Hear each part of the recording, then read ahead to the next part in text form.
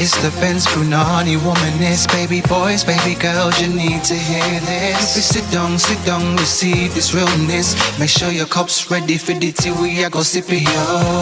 Hard time scrolling for your long shorts. You might learn something you never know. Collect you fine, and she's one of a kind. Don't say you're mine, say you're mine. Was gone for a minute, but I'm back because the bump's off. Straws at the ready, case something pops off. Oi, oi, yes. Yes, yes, yes, yes, yes. I am back. It is me, Kelechi. Kelechi, Ben's Punani womanist, a baby girl, and also what? Do-do-do-do. I'm going to have a sound effect there. Brent, can I have a sound effect? Great. Brent would have put it in there. Also, announcing that I'm somebody's mother. Woo! What a trip. What a trip. Yeah. Okay, I feel like, no, I've got one more song in me. What is it? What is it? Even though it feels like I've got... No, I haven't. You know that song by... Is it Drew Hill or Cisco? Did he do it by himself? Even though it seems I have everything, I don't want to be a lonely fool. Yeah. Even though it seems I cuss everything, I don't want to be a strawless fool. All of the cusses, all of the draggings don't amount to you. I can make believe I cuss everything, but I can't pretend that I don't see that without my straws, suck your mom is incomplete. Oi, oi, my baby would be proud. Bars for days, bars for years. That's me. Anyway. Sorry, that was a very, very long intro. Like I said, it's me, Kelechi Okafor, and this is SYM, officially known as Say Your Mind, unofficially known as what? That's right, suck your mum. Not me, because I know I'm a mum. Sorry, I'll behave myself now. That's so wild. I'm just super happy to be back. I know I'm always like, I'm so happy to be here, but I'm super happy to be making this episode, man. Like, God is a real one. God is a rascal G. Like, the G in God is because God's a G. Yeah. You know, like, and sometimes God moves in silence, like the G in lasagna. But, you know, ever present, ever benevolent, ever merciful. God is just a real one. So, yes, I'm back. Announcements. Well, first of all, I must say that for my YouTube people, unfortunately, I don't think I'll be continuing making the video versions for a while, video versions of the podcast, simply because, you know, I want to be able to make the podcast regularly. And Brent is a baby boy and he nices me, you know, with making these videos, but also the distance is a bit much. So, you know, now that there's a little one, a little human to consider. So I was actually going to make an episode last week, and then I was literally about to set off and he did like this massive poo. But because I'd taken him for his circumcision, I had to be the one to, you know, I wanted to be the one to like clean him and, you know, look after him. So it just meant that I couldn't make it to record that episode. Because of the distance. Now, if it was somewhere closer and I didn't have to worry about having a video version of this, then, you know, I could have still recorded. So I just feel like you have to sacrifice a little to get a lot. So if I drop the YouTube videos for a bit, it might mean that I actually can make weekly episodes. Wouldn't it be nice if we could say, suck your mom every Monday? Wow. God really spoke through me then. I don't even know where that song came from. So yeah, just wanted to give you that little piece of information. So when you don't see the YouTube video, do not message me about, oh my God, what happened to that video? Because I was really looking forward to it. Because I've already told you now what's happening. But for all of you, man, that listen through your ears anyway, this means nothing to you. You don't need to worry about anything. But oh wow, I just looked at my phone and it's 11:11. Synchronicity! Yes. Happy Monday if you're listening to this on the Monday when it comes out. It's my birthday week. Bop, bop, bop. What? Gonna be 33 up in this bitch. Yeah? You hear me? 33. 33 yes old. Nah, 33 is a magical number for me, and I've been looking forward to this age like for the past year. I don't even know, I was suddenly overcome by the fact that that is such a powerful number. 339. You know, like it's just a powerful number, and the best birthday present I could have ever imagined is having my baby boy. It's your baby girl who's got a baby boy. Just a baby girl in a baby world with a baby boy. Yeah. So yeah, we had his naming ceremony. Baby boy's name is Lev. Lev as in Lew. So you might want to call him Liu. And some of you will probably make that mistake. And I will probably cuss you in my head, but smile nicely. So it's spelt Lew. It's Polish for lion. Now, when I was choosing names, I wanted to kind of choose it to coincide with whatever his sun sign might be. So there was a chance, because he was predicted to arrive 23rd of August, he could have arrived early. So I thought, well, Leo, so I might call him Lev. But then when I was thinking of Virgo, the other name was Virginiusz. And I just thought, the name, sorry to anyone that's called Virginiusz, yeah, but the name's clapped. So I just thought, no, I actually don't want to call him Virginiusz. And no matter what happens, I want to call him Lev. And, yeah, I just think it's beautiful. It's beautiful because he's a little lion. He's beautiful. He's wonderful. Like, actually, being a mum now is a bit wild because I'm just like, what? Like, you've given me stewardship over this soul, to accompany this soul, guide them through this life. A whole me that sometimes when I'm tired, I'll be like, trying to tap my fob to open the fridge at home. Tap, the key fob for outside the building. I'll be tapping it on mad. But God knows what God's doing, innit? So I just roll with it. And I guess I kind of understand now when I would see people's bios, yeah, and they'll put, they'll put their name and then they'll write mum, entrepreneur, and I not that I ever slated it. I just always found it rather peculiar that mum was the first thing that they put. But then actually, after going through the birthing experience, after going, by the time you listen to it, 4 weeks now of raising this human, I understand. I get you. Totally, I understand. I mean, I don't think I'll be joining you putting it first, but I understand why it would be the main thing that you put, because it's a wonderful thing and it's a lot. So big up all of you, man. Yeah, big up all of you, man, that birth humans, yeah?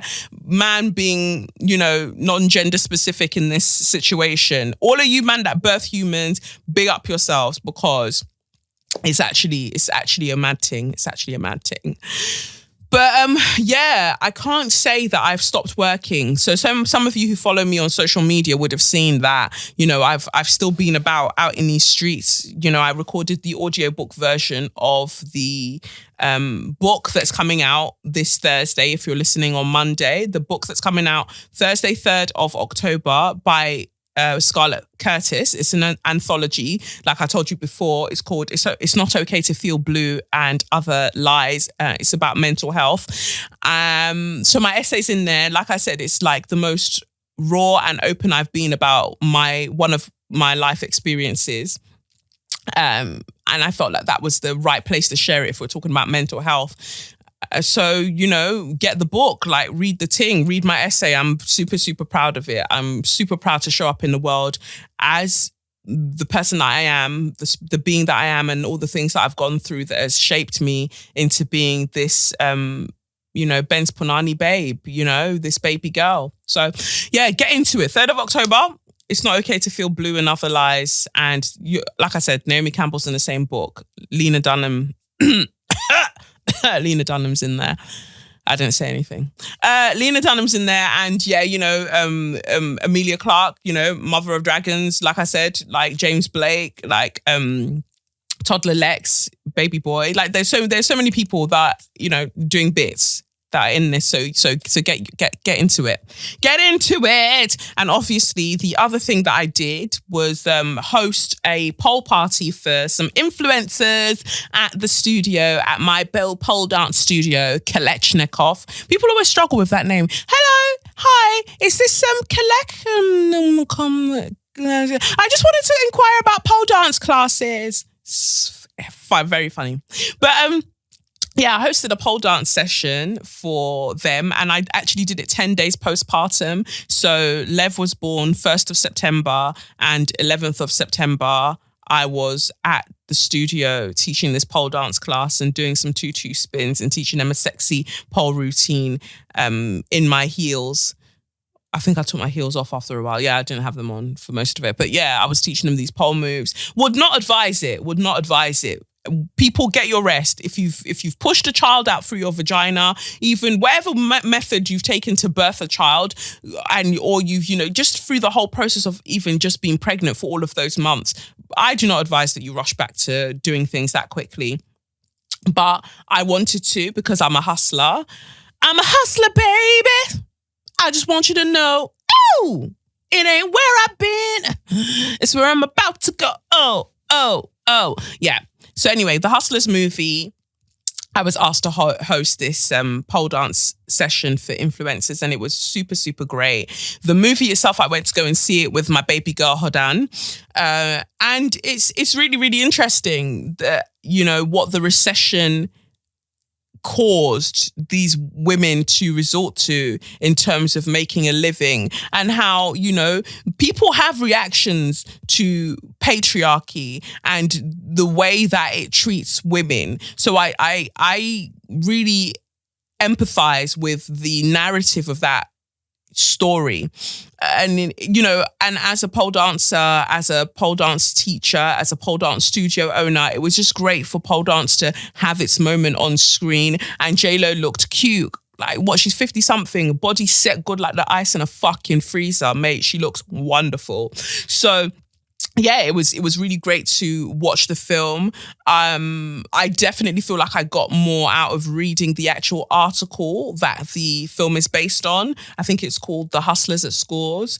So yeah, that was super, super interesting. So big up yourself, the PR agency that got me involved. I really, really enjoyed being part of that campaign. And if you haven't seen Hustlers, go and see it. It's out in the cinemas now. Like, just go and, if you can pop by, if you want to see a little cute thing, go and see it. Constance Wu, I really like her because I watch her in Fresh Off the Boat. She did a really great job in that as well. Keke Palmer, very, very cute in that. Very, very cute. So yeah, if you want to see a film and you've seen all the other films, definitely go and see Hustlers, the movie, and get yourself involved in that way.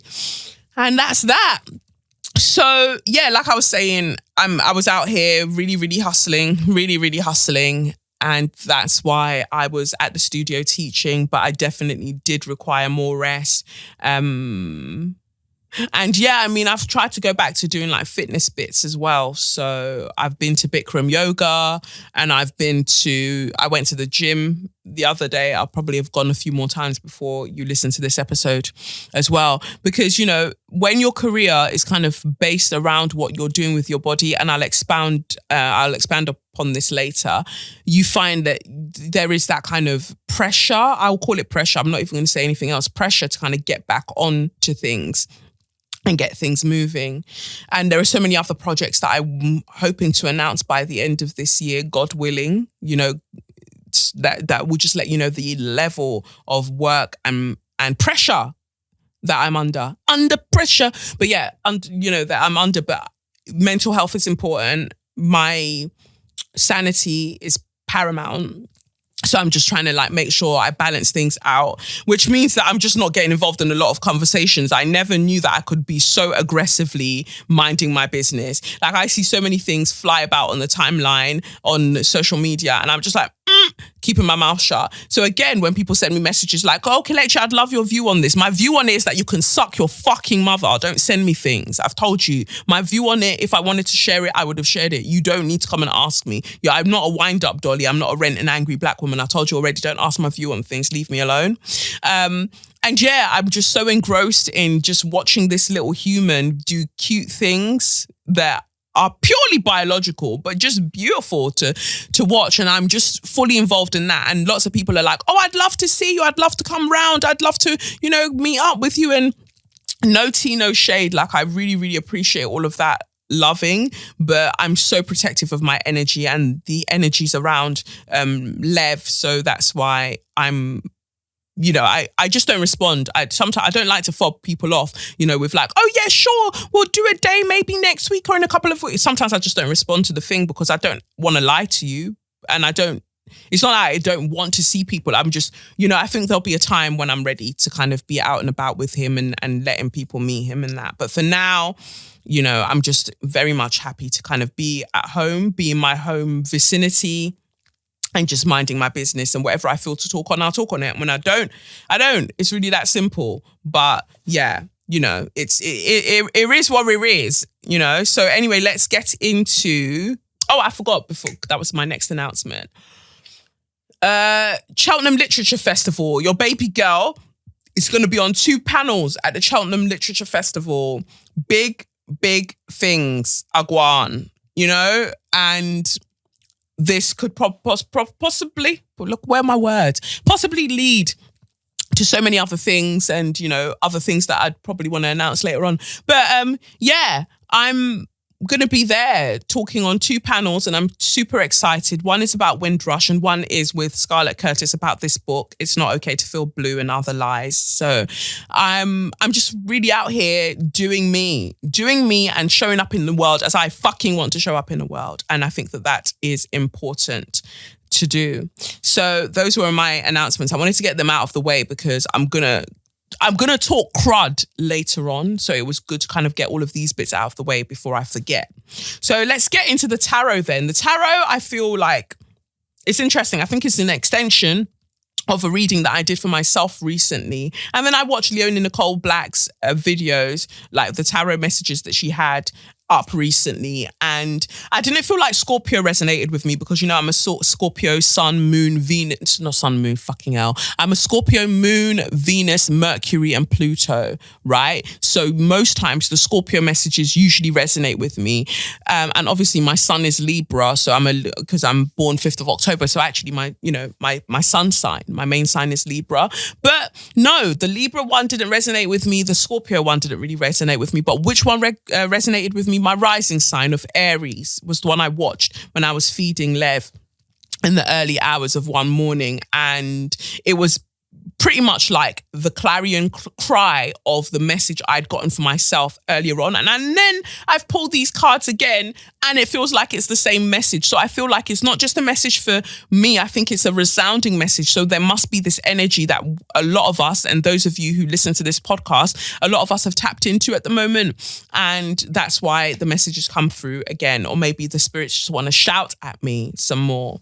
But I'll get into it first before telling you more. So, from the Kaleidodope deck, I pulled the 4 of coins, which is the 4 of pentacles, and I pulled, the 4 of coins I pulled actually in reverse, and then I pulled the 9 of cups upright, and then I pulled the 5 of swords in reverse.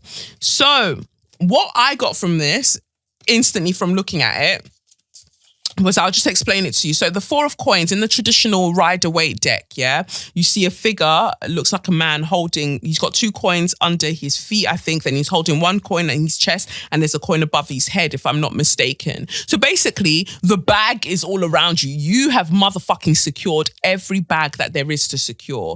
Or, the abundance is there. There's no evidence of lack. Like, you have financial security. The reason it's coming up in reverse is because I feel like some people aren't recognizing, like myself, I would say, you're not recognizing that you have secured the bag and there are many more bags coming your way. Like, there is this energy of abundance that is surrounding you in various forms, but you're failing to really see it. and you're failing to see it. But at the same time, it's weird because you also understand that you're blessed. So, because sometimes people try to make it out like it's one or the other, like, oh, well, if you don't see, that you have secured the bag, if you don't see these things, then it means that you don't realize that you're blessed. No, because that's why the 9 of Cups came up. Literally, all of your dreams are slowly coming true. Like the things that all the things you've wanted, that you've prayed for, all the seeds that you've sowed, you're now reaping the benefits of them. Like they're definitely coming to the fore. But at the same time, you still feel like, no, I haven't got enough. I haven't got enough in the material sense, I would say. So emotionally, you're blessed. Like your family life is popping off. I feel like, that's a direct message for me. Family life is popping off. Like, not that it doesn't have its challenges with a newborn in my case, but, the things that you've wanted are definitely being given to you now, or you're seeing that they are coming to you, or they're sprouting or blossoming. But you're still there like, I just feel like I just need some more coins. I just need some more things because I just don't quite feel settled. But the reason that isn't because you haven't secured the bag. Isn't because actually the material wealth isn't there. The material wealth is there, and the physical wealth, we know, not just about the money, but the physical things that you need to ground yourself and to make yourself feel materially secure. They're there, but you're not seeing it because there's a mental conflict. And that's why the 5 of Swords came out. There's a mental conflict taking place where you don't understand that you've won. And I feel like that's a message for me as well, because I remember when I was coming in to record today, for some reason, what kept playing on my mind is that comment that somebody wrote when I made the episode talking about the miscarriage, and they went back to the episode before that when I was basically saying that, I've blocked some people and cut them out. And of course, I kind of, know who put those comments there. It's a limited number of people, very, very limited number of people that could have written something so vile. But I was thinking about that, and as I was heading in to come and record this episode, and I thought to myself, wow, people really ain't shit. And at the same time, I had to check myself and be like, why are you dwelling on battles you've already won? Like, why are you dwelling on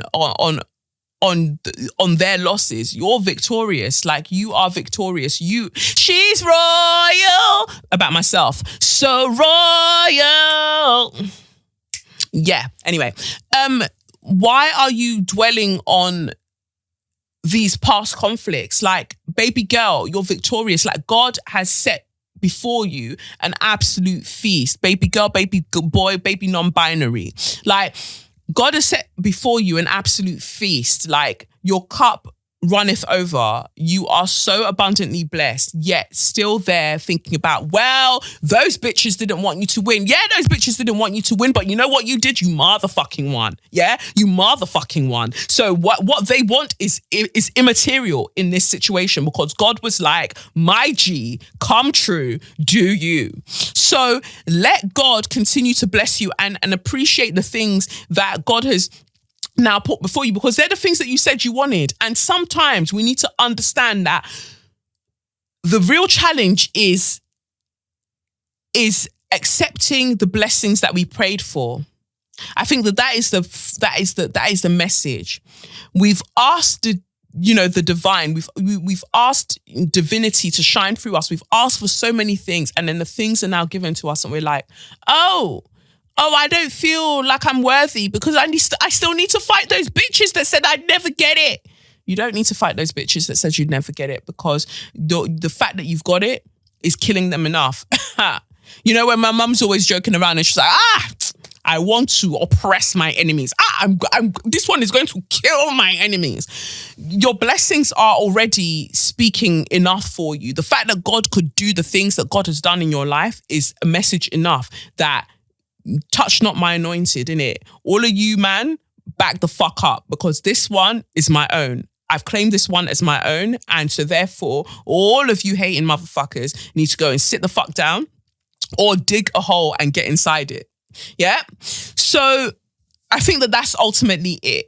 Like, the doorway is open. And I think I've talked about this probably in the previous episode as well. The portal is open. Your blessings are now here. The things that you've wanted are now here. Like, basically, the image that just flashed in my head is like, there's this banquet table that's been set up just for you, and it's got everything that you've ever asked for, and you were like, God, I really want to eat this. I really want some fried chicken. I really want this. And so God has put all of those things before you, giving you all of the things that you said you wanted. And it's now time for you to sit down at the table, and you're like, oh, well, I just don't feel like I deserve all of this stuff, and maybe it's too much. Maybe I've asked for too much. Maybe take away the watermelon. I don't even fuck with watermelon, but I did eat quite a bit of it during the pregnancy. But take away these things. I don't need these things. Suddenly that voice kicks in, and you start having this internal conflict that you don't think you deserve the things that you asked for. If you didn't deserve them, you wouldn't have asked for them in the first place. And if you didn't deserve them,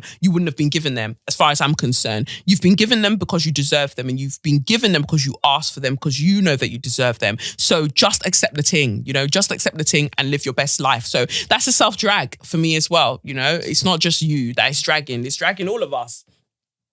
From the Say Your Mind affirmation card deck, the card that I pulled was, I give myself permission to show up and show out.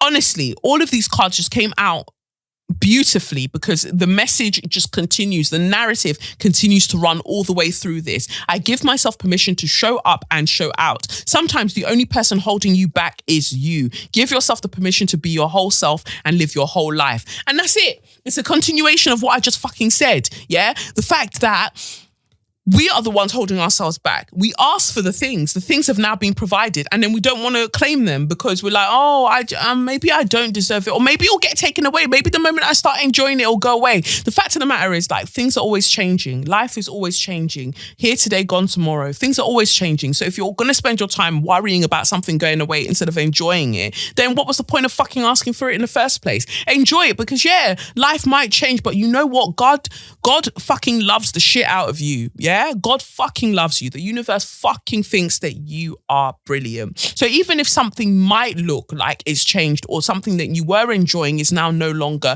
there in the way that you were enjoying it, trust and believe that even that won't last forever. This too shall pass. That's it. So while the blessing is here, enjoy it, because, it's a transition. Something else will happen, and that transitory stage might mean that things are a bit wobbly, but then you're going to go to the next blessing. So just enjoy this blessing while it's here, and treat it like a conveyor belt, as God is just passing those blessings across the front of you on this conveyor belt. Pick and choose the things that you enjoy. Enjoy it. Live your best life. So give yourself permission to show up and show out. And I feel like it's the same message for me as well.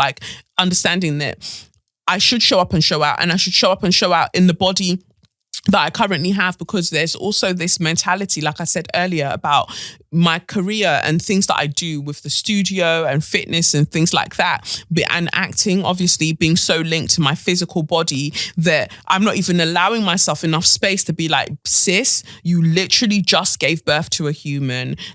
You just gave birth to a human. You have 2nd-degree tears from giving birth to a human.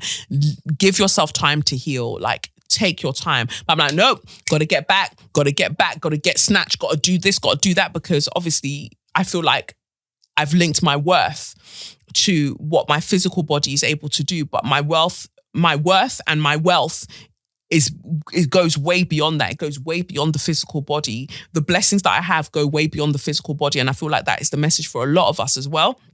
So tying my worth and my value to that is stupid, because the body's always changing, and there will always be reasons for the body to do up and down and round and round. You let the body do what it does, and thank your body for accommodating your soul.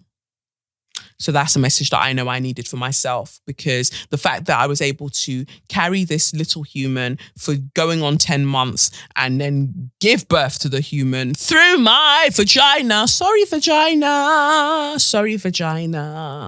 But yeah, get this human out through this birth canal and then start going through the process of healing. Take time, baby girl, take time. And that's the message for any of you, man, that are doing the same thing or have done the same thing recently. Take time, give yourself time to heal. So you can show up and show out in various ways. There are various ways to beautify. I've got my waist beads back on finally. I didn't have them on through the kind of second trimester to the third trimester, I didn't have my waist beads on. So now my mum got me some pretty ones and I've got my waist beads back on and just starting to feel a little bit more like me, and I'm enjoying that, you know. I'll probably get my nails done. I'll probably go for a hammam, you know, a hammam spa and like get scrubbed down. Just do things to feel cute, you know, and give the body time to heal and give your mental state time to adjust to this new way of life as well.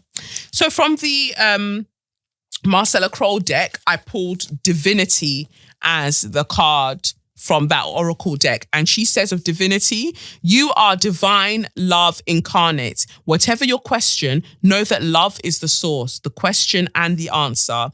Drawing this card invites you to proceed with love over fear. No matter what your situation or relation, proceed only from a place of unconditional love and understanding. Meditate when you want to feel more love in its purest form and to connect to others in a more heart-centered way. Again, a continuation of what we've just spoken about. Like, if we say that God God is love, like literally what God is love. There is no gender to God. God is pure, is love in its purest form, right? And God in its purest form of love has given you all of the things that you said you wanted that would make your soul glad, because God so loves you that God wants you to have the things that you said that you want.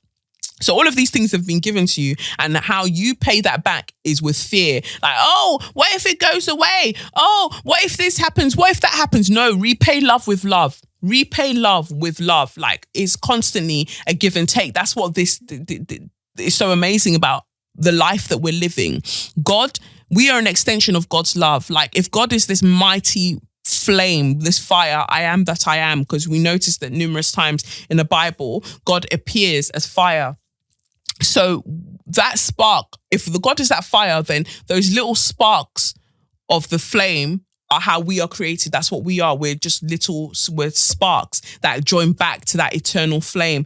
Eternal flame. Sorry, I should not have gone into that song. I can't even remember who sang. Is it Atomic Kitten? Sorry, I'm losing the plot. Yes. Anyway, we're little sparks of divinity.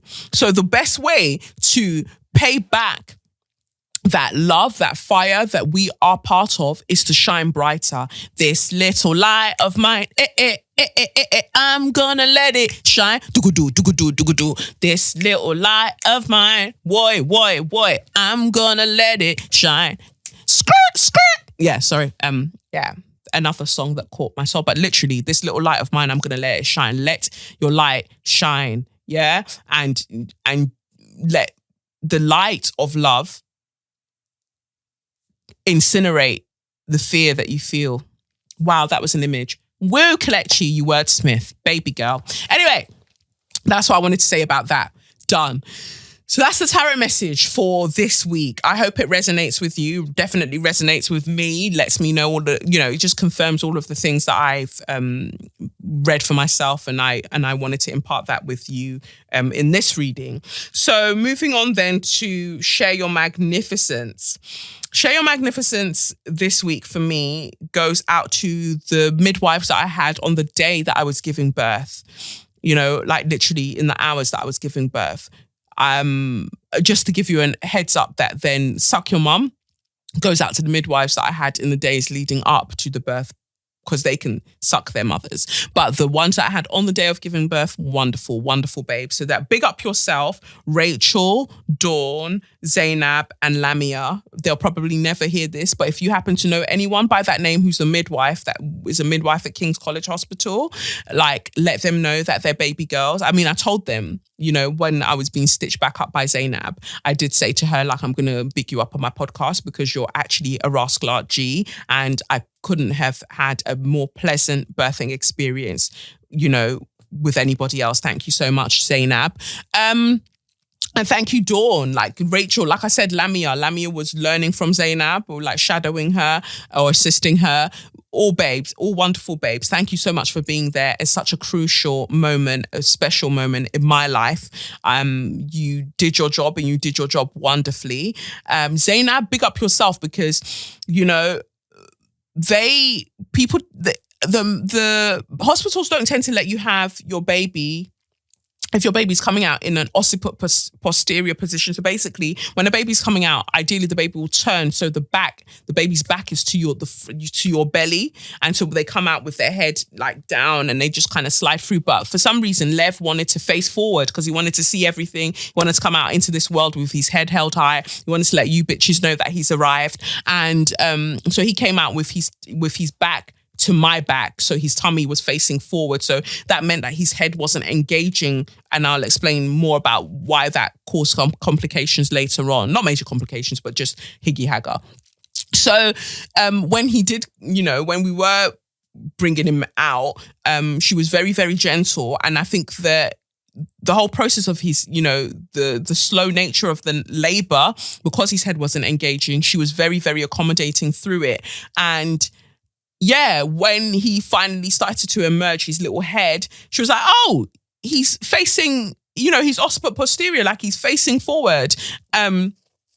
Wow, this is my second time seeing this in my time of being a midwife, and you've done pretty much the impossible. So like, big up yourself. So she made me feel wonderful that I even managed to, do that. But obviously it's because we don't get scans.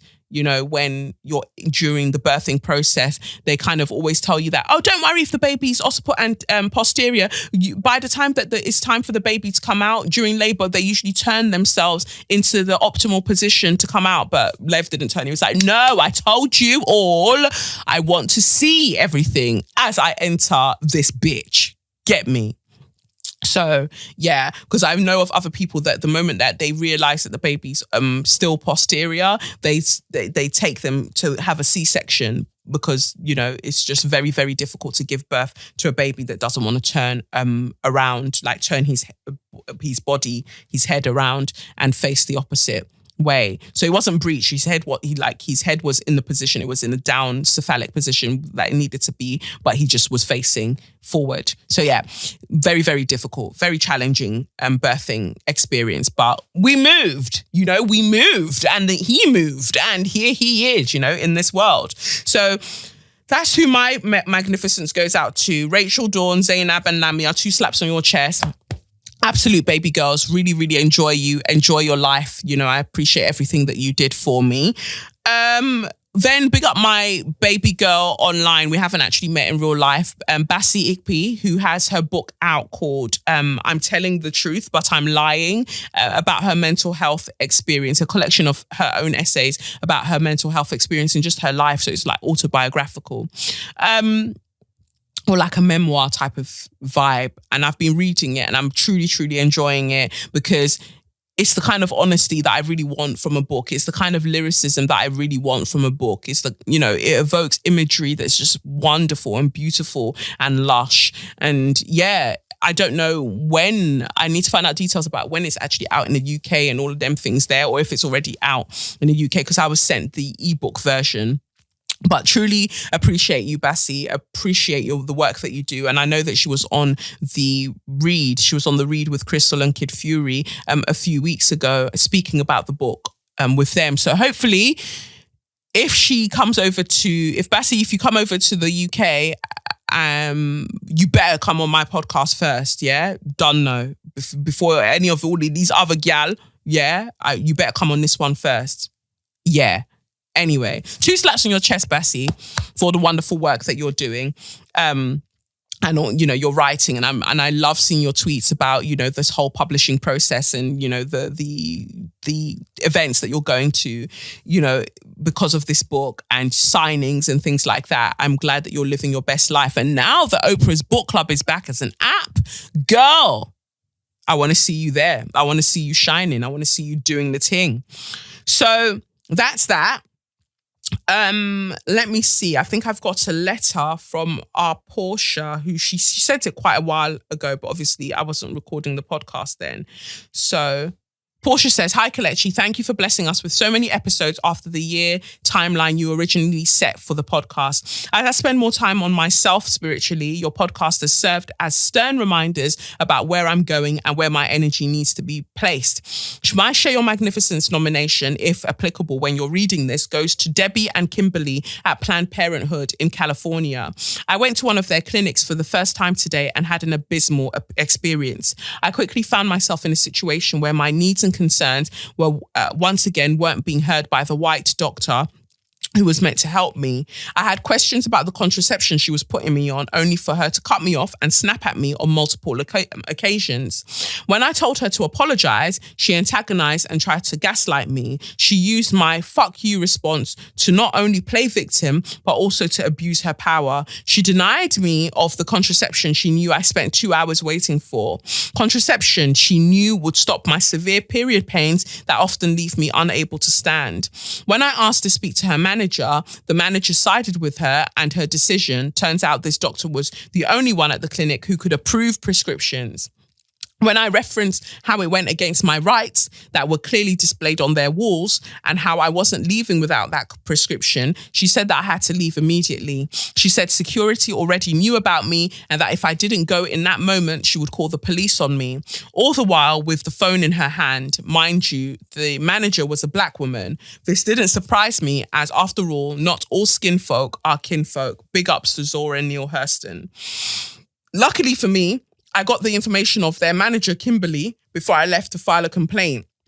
When speaking to Kimberly, she apologized sincerely and said she would do what she could to fix this. She took down the details of the incident and connected me to Debbie, a doctor at another clinic. Not only did Debbie approve my prescription immediately, but she also explained that what to do in case my issues were prevalent. She made it very clear that we would work together to get rid of my severe pains. Despite being based in Long Beach, quite a way away from where I am in LA, she told me I could call her anytime with more questions. While I have no plans to go back to Planned Parenthood, I appreciate Debbie and Kimberly for going above and beyond to take care of my needs. I extend this appreciation to anyone in the medical field who believes, listens, and appropriately treats Black women.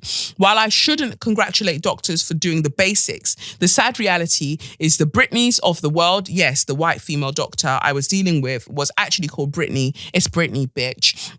Sorry, she didn't put that in the letter. I just did that, sorry.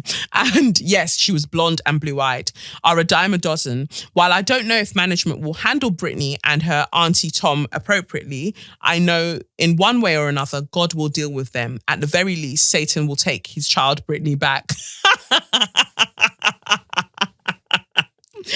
I don't think I could have had the confidence to complain if it wasn't for you. You are never afraid to call white women out on their violence, therefore lowering my tolerance for it, whether you bring it up.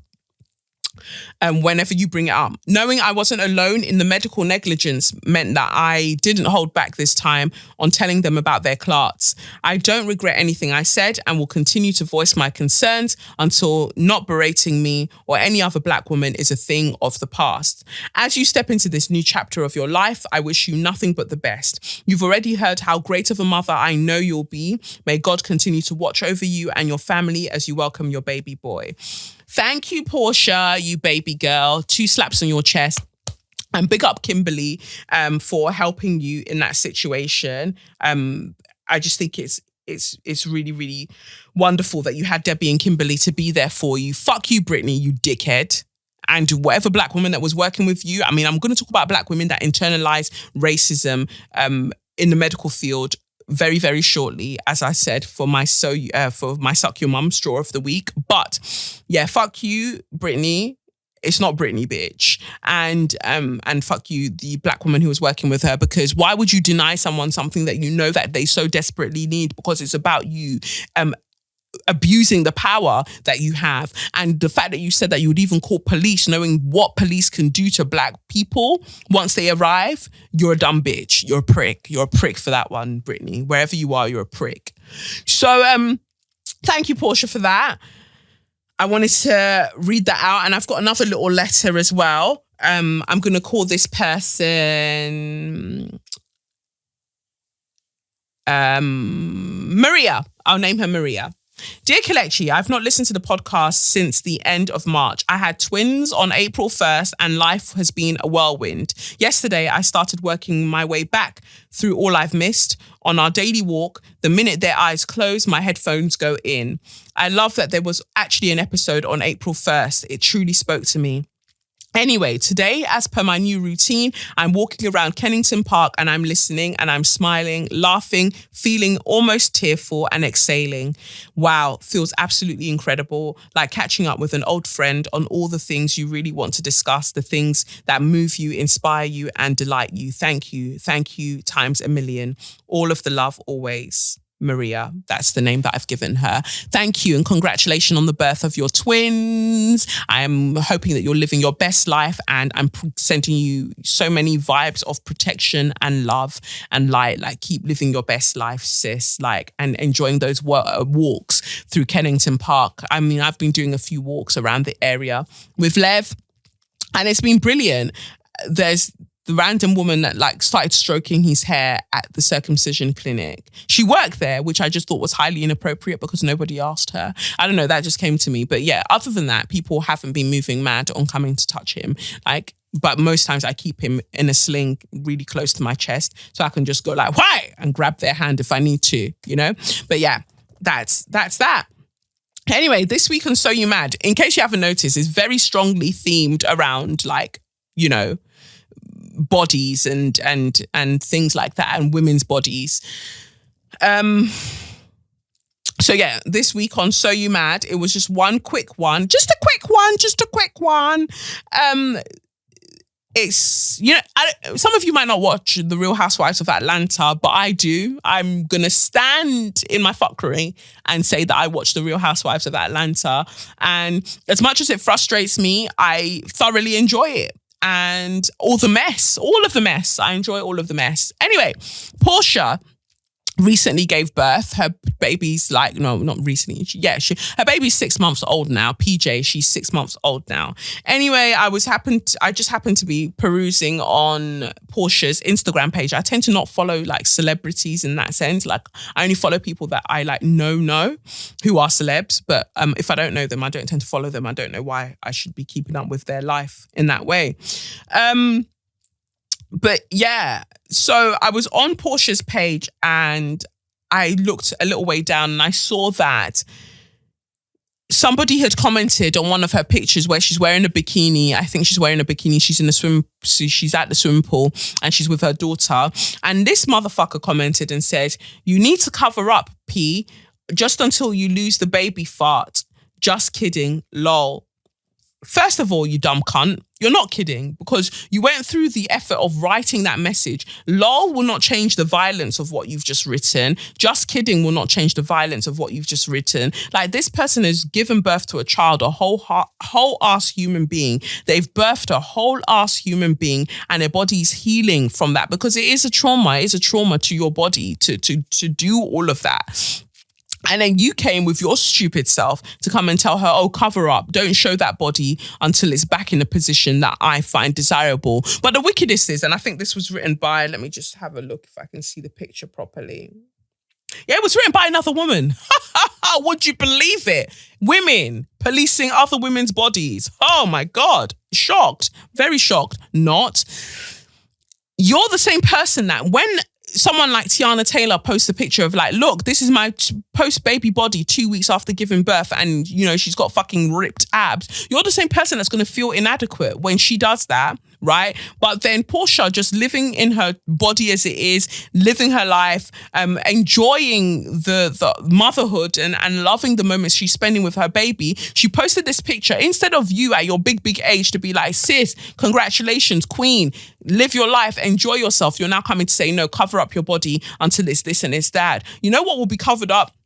Your blessings from the Most High. I feel like they're limited anyway, the blessings from the Most High, because you have enough fucking time to be writing this in people's comments on their social media pages. You're an idiot. And anybody else, you know, that's a message for anybody else that would go around commenting on the bodies of people that have just given birth.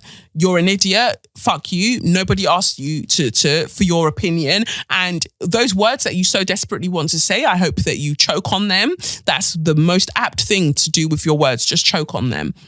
Because I cannot express to you just how challenging pregnancy and birthing is. I cannot express it to you with all of the words. There aren't enough words for me to be able to. I don't think as much as people say to me, oh, Kelechi, you're so articulate. I don't feel like I'm articulate enough to actually express to you what that experience is like.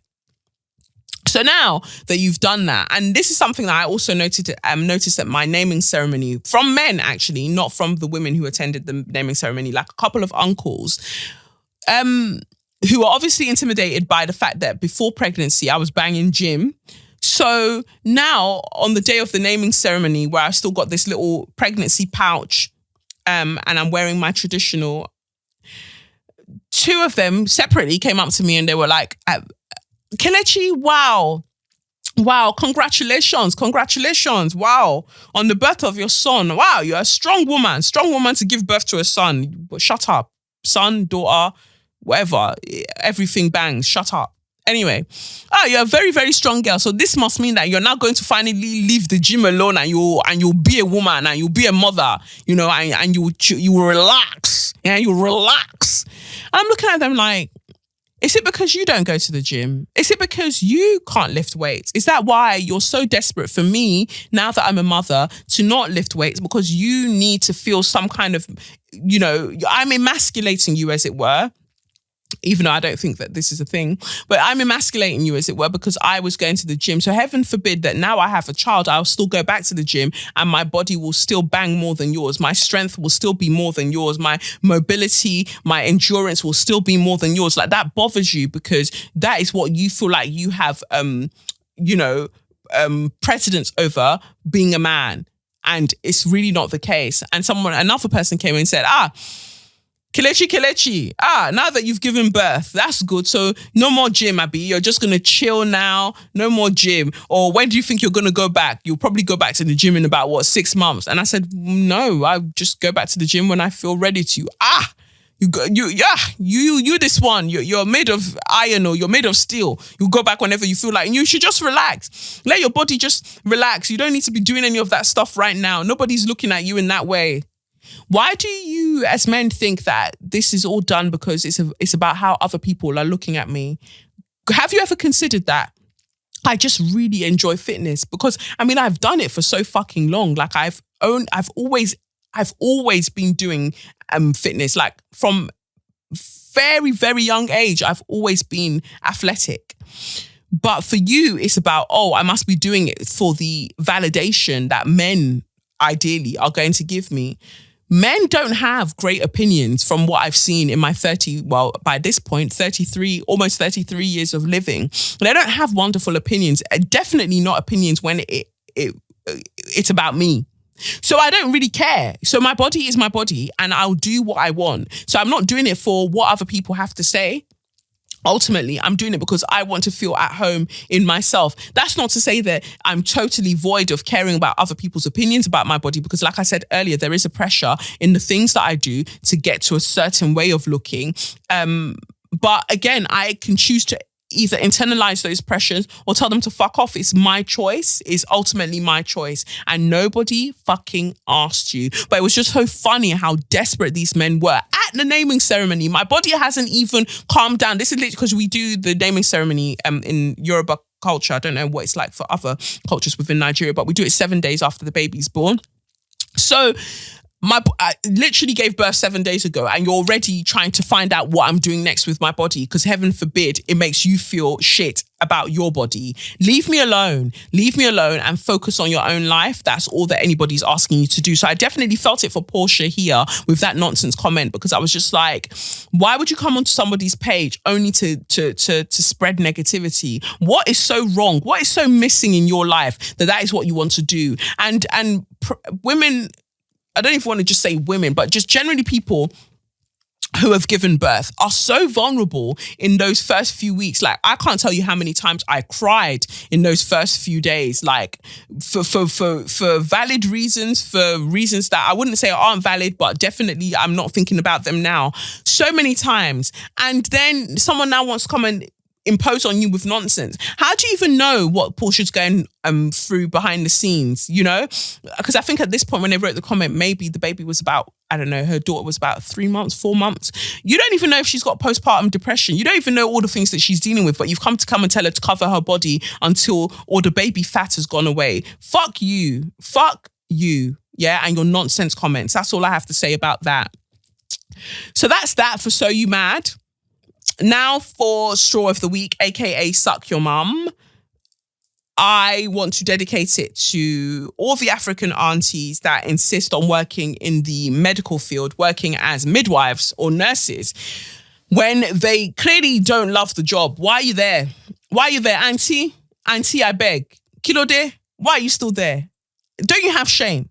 You're doing a job that, what? Is it because when they were giving out them grants in like the late 90s, early noughties, you went and took it on because, you know, you get a grant to go and study midwifery or nursing or whatever. You took it on, but the thing is you're not enjoying it. And that negative energy you're spreading to everybody else. And this was my experience in the days leading up to the birth of Lev.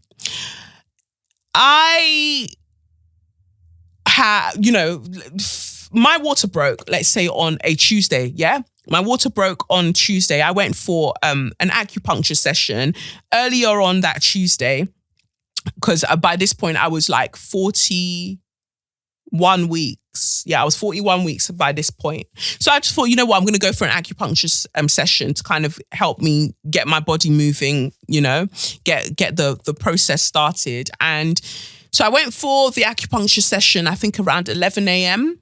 And then at 8 p.m, I was just laughing about something. I think I was watching Fresh Off the Boat again. And laughing. And then all I saw was like, whoosh, the waters broke. So I was like, oh, it's about to get popping. Woo, baby's on the way. So yeah, waters broke around 8 p.m. And from what they said in the antenatal classes, you don't need to come in straight away once your waters break. Stay at home, wait for the contractions to start and whatever else. So I waited at home for about 15 hours and I'd started getting contractions by this point. Very, very, very noticeable contractions. Went to the labor ward and they were like, oh, no, you're not very dilated. And I don't think that your waters have broken. You're not very dilated. You know, by this point, I'd waited 15 hours in it. So if my cervix had kind of done, you know, the waters had broken and whatever was there in terms of fluid wasn't being pricked up by their little litmus, whatever testing paper that they were using to check if there was any amniotic fluid. But I knew for a fact that my waters had broken. I knew for a fact because I saw it with my own korokoro eyes. Or maybe you just weed yourself. No, I didn't weed myself because I know the difference between urine and amniotic fluid. But okay, whatever. So we were doing this back and forth, right?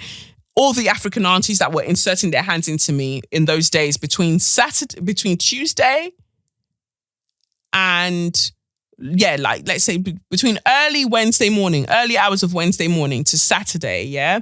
All these aunties that were inserting their hands into me vigorously, acting like I was a problem, like I was inconveniencing them by being there, by being like, oh, hey, girls, my waters have broken. I know that they've broken. It hasn't broken. Okay, we'll check. Look, you're just 2 centimeters dilated. Just go. Wait until your contractions are, you know, this much apart before coming back. Okay, cool. So now my contractions are that far apart, like you've asked for, yeah? And I've come back. No, you're still not dilated. We're doing this back and forth. Early hours of Saturday morning, luckily I see a younger midwife who then says to me, you know, you're clearly in a lot of discomfort. And by this point, I'd been throwing up constantly. Like I'd gotten to that point of labor. I just kept vomiting, you know, trying to lie down. I hadn't eaten since Tuesday, you know, at this point. So we're on Saturday. I'm exhausted. I haven't had any sleep because I keep throwing up. I can't lie down. I'm getting contractions constantly, very painful contractions, but, you know, whatever. So it gets to the point where she's like, you know, you're in a lot of discomfort. You have 2 choices. You either go home. I was like, I'm not going home because at this point, I'm staying here. I'm not going. and you gonna deliver my baby. Yeah. So I said, yeah, I'm not going. And she gave me pethidine, like an injection to at least help me to take the edge off the pain. And that was the first time I was able to sleep for like, I don't know, like an hour. And then the consultant came in the morning and was just like, oh, I've just had to look at your notes. And it's rather odd that you've been coming in since like Wednesday, saying that your water's broke, saying, talking about these contractions, and you're obviously in a lot of discomfort. So what we're going to do at this stage is that we're going to artificially rupture the membranes, which is what they use, like this thing that looks like a crochet hook. And they use it to pop the amniotic sac. And so basically they break your waters for you, right? And then that should get labor going. Listeners, friends, listeners, baby girls, baby boys, baby non-binaries, lend me your ears and also lend me your straws. When it was now time for the midwife, again, I had a nicer midwife this time, again, a younger one. Dawn, I think that was when I had Dawn. She came and she was like, oh, so I'm ready to rupture the membranes and pop the sac and, get this going. She's there fiddling around inside me and she goes, there's no water there. And I was just like, I told you, fucking dickheads. I told you already that there's no water in there because I told you that my water's broke. But nobody was listening to me. And suddenly panic ensued. Panic started because suddenly they were like, oh my God, so if you said that your water's broke Tuesday night, so that means Tuesday, Wednesday, Thursday, Friday, Saturday, there's been no water around the front of the baby all of those days. And oh my God, your temperature's going high. It looks like you've got an infection, you've got a fever. Maybe the baby's got a fever too. Suddenly they start panicking because, oh, lo and behold, I was right the entire fucking time because I know my own body. And this is why we keep saying to you that Black women are 5 times more likely to die during childbirth in comparison to white women, because nobody wants to listen to us when we're talking to you about our own rascalate bodies. Nobody wants to hear word. And she was like, what I think may have happened is that, the front waters went, but you'll still have the hind waters behind the baby. I was like, I don't care if it was front waters, side waters, underwater, the water went, innit? And now you're there looking for water to pop and you can't pop nothing because there's no water there. So all of this time, baby's been exposed. And all of you, man, that have been grudgingly sticking your stupid fingers into my vagina to have a look around and telling me, oh, well, you're just not, the cervix isn't open yet. So stop coming in and complaining. And I think also, there is another factor to that where when you have a white partner, I feel like a lot of these African aunties that are midwives, they look at you a certain way and they see you as weaker. I don't know, or they see you like coming in with a princess complex, which I would never come in with. But, they've made assumptions about me. So then I promise you the attitude was just off. It was just off. It wasn't just one of them. It was quite a few of them that I saw over those few days who just behaved like I was an inconvenience for saying to them, look, my waters have broken and I'm having contractions and I don't know why it's not progressing in the way that you want it to, but I'm very, very sure of what's happening to my body right now and somebody needs to see me. No. Go home until your contractions are this far apart. But you know why they wouldn't get to that point really, really quickly? And the baby's head is exposed all of this time? Because he was occiput posterior. So he was facing in a way that his head was not going to engage as quickly as one would like, because he was facing forward and refused to turn around into the optimal position for a baby to be born. So just bare fuckery.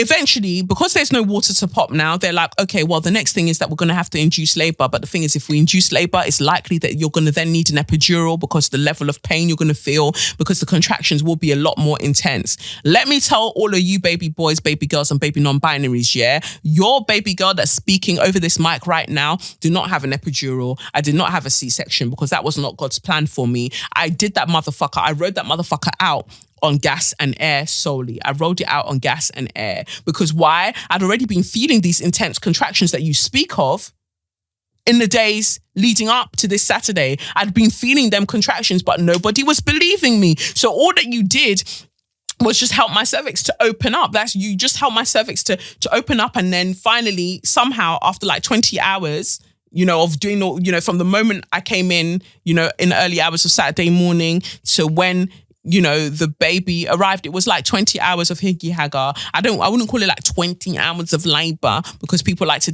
dash them numbers around. But active labor was probably like 6 hours. And then, and when it came time, I'd say that that's probably where it was. I don't know how they do it. But then I'd been at this for about 20 hours. I hadn't eaten since Tuesday. We're on Saturday. At this point, we're on like, I don't know, before midnight, and I'm exhausted. And it's now time to push because I'm finally like 10 centimeters dilated, and it's time to get this show on the road.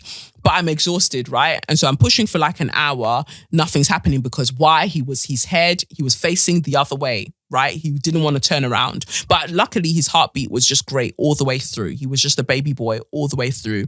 Didn't panic. I didn't panic really. I was just tired. And my mum had said to me the Sunday before, because I went for afternoon tea at the Dorchester, she was like, the baby's going to come on a Sunday. I was like, what Sunday are you talking about? The baby's not going to come on Sunday. And trust and believe it, as soon as it passed, like, we were officially on Sunday, that's when he arrived. So he very much has some kind of weird connection with my mum. She knew he was going to be a boy, and she knew he was going to come on a Sunday. And, you know, there we have it. So it was just, all in all, a very beautiful, miraculous experience. But I just feel like it was tarnished somewhat by the fucking idiotic women, the useless African aunties that work as midwives that don't want to believe other black women when they come in talking about their own bodies. Because we already know that in the medical field, if you even look at the textbooks that are available about you know, birthing and everything else, or just generally the medical textbooks that are available. I think it was, Pearson or whoever, that up until 2 years ago, they still had descriptions that said, oh yeah, generally, culturally, black people feel less pain. So you don't have to really worry about giving them more pain medication. This is how people die. This is how, not just women, not just black women, but this is how black people die, because you don't want to help them. You don't believe them about their bodies. You don't believe them about the level of pain that they're feeling. And that is fucked up, you know? And I think that this is merely an extension, a continuation rather, of the eugenic, the eugenics that people were practicing around the 1800s, that just said, oh, you know, black people, because of the shape of their heads and they're less intelligent, therefore they feel less pain.